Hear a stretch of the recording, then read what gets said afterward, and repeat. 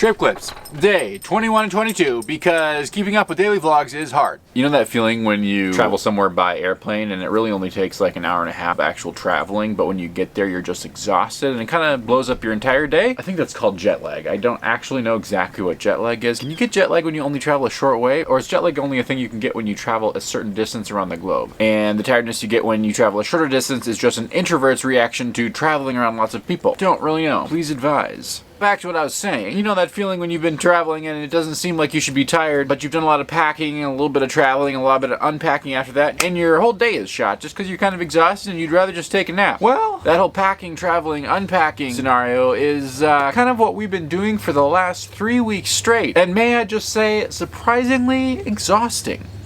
I don't know what you would have as expectations if you set out on a road trip that was intended to be about a month long, the longest road trip you'd ever gone, to see a bunch of exciting places that you had never seen, but definitely my expectations included a lot of downtime, a lot of positive boredom, a lot of time to contemplate and think about things, delve new depths of creativity, journaling, business ideas, and basically just room and space to think and do all the things that I never have time to do. I'm not sure when along the way it sunk in completely, but the reality is definitely different than that. Turns out if you camp somewhere overnight and then cook breakfast and then clean up breakfast and then pack up your vehicle and drive maybe no more than 4 hours and then unpack your vehicle and then cook supper and then clean up that supper, it's dark and it's time to go to bed, and then you just go to bed and you get up the next morning and you do exactly the same thing, and there's very little downtime. This road trip has and continues to be an incredible change of pace. I'm really excited about all the things we've seen, and I'm definitely excited about all the new ideas it's brought up, but it definitely was not as restful as I expected it would be. There's something about being away from home and not knowing what you're going to eat or where you're going to sleep at night more than a day in advance that definitely adds to the wear and tear over time. All this complaining definitely does not mean that I or we are not wildly enjoying ourselves and are not very glad we're out here doing it, but it does make me and us very thankful